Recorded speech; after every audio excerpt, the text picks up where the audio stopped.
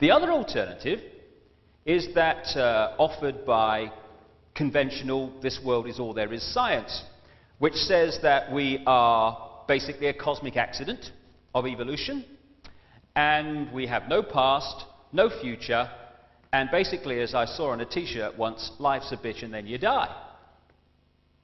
Doesn't really seem like much of a choice to me.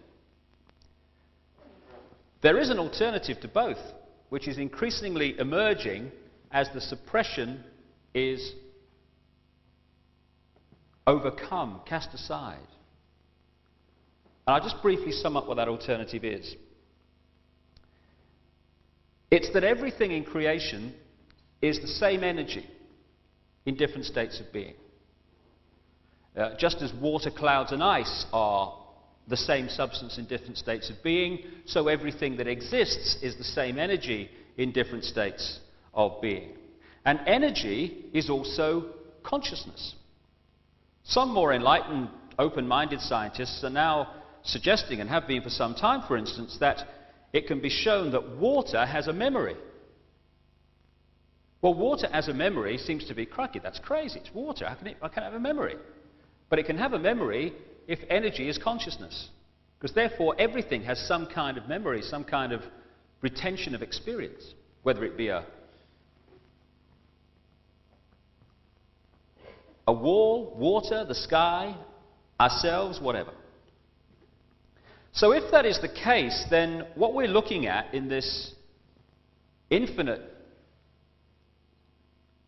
creation is one gigantic mind.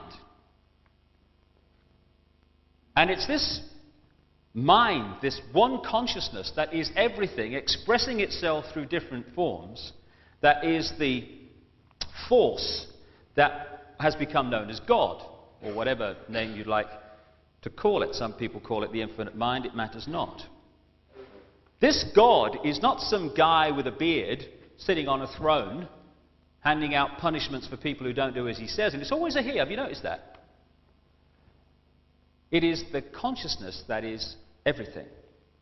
And the way I see it, and increasing numbers of people see it, and indeed have done throughout human history, is that we are aspects of that whole. We, if you like, are like droplets of water in this ocean of consciousness. We're individual to a certain extent, but all together we make up the whole. The question that comes back from that is, if we are eternal beings on the level of the mind, the consciousness, the thinking, feeling us, then where do we go when this life is over? If it's not, as science suggests, one life and then lights out. Kind of has become accepted that when you're talking about life after death, you look up, don't you? I think, heaven's at 30,000 feet or something. But in fact, creation's not kind of made up of chest of drawers levels like that. This one gigantic mind we call creation, God, or whatever name you'd like to choose, is broken up into frequencies, wavelengths, sharing the same space.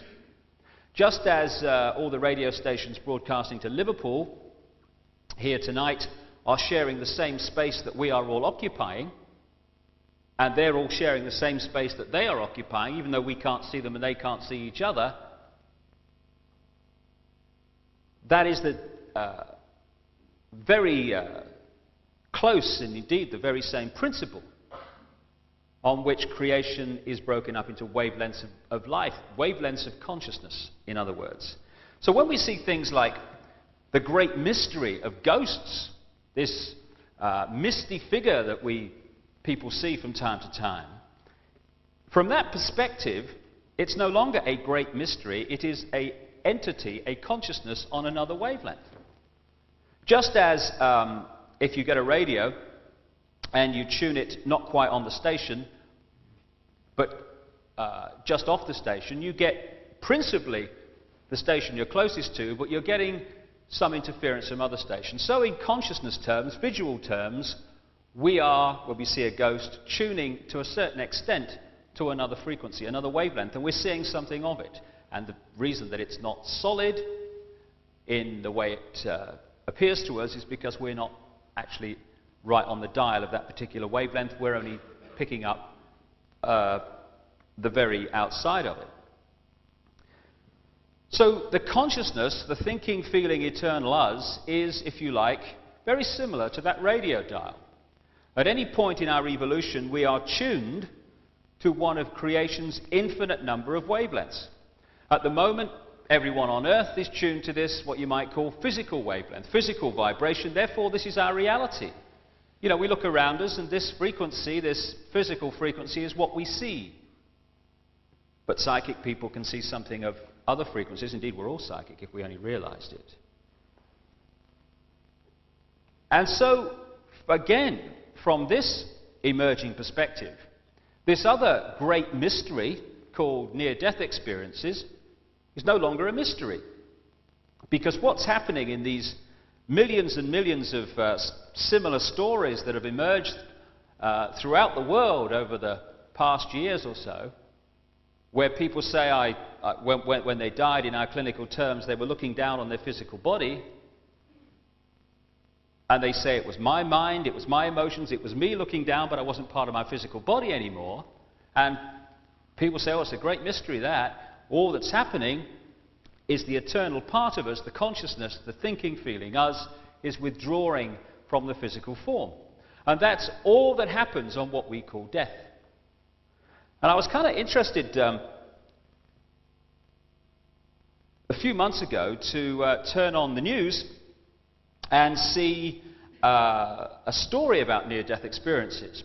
And what the news item was saying was that because resuscitation equipment in the crash areas of hospitals had improved so much in the last 10 to 20 years, more people were being revived from clinical death, and therefore more people were telling these near-death experience stories.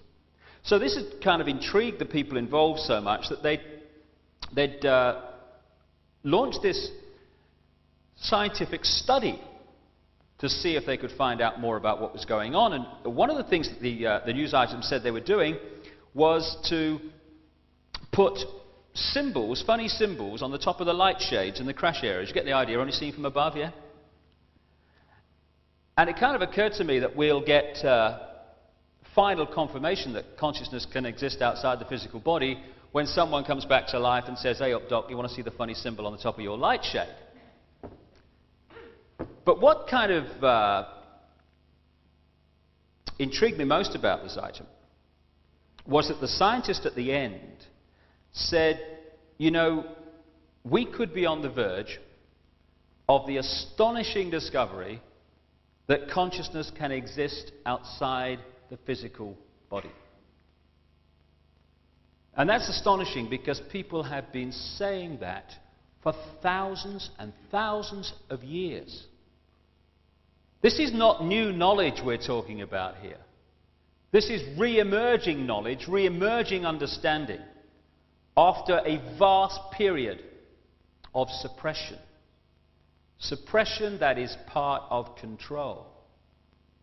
If you want to control somebody and you want to get them to do what you want them to do, then if you can keep from their understanding the knowledge of who they are and what they're doing here and their infinite potential for love, for creativity, for contribution, that this is merely a short period of experience in our eternal evolution through experience.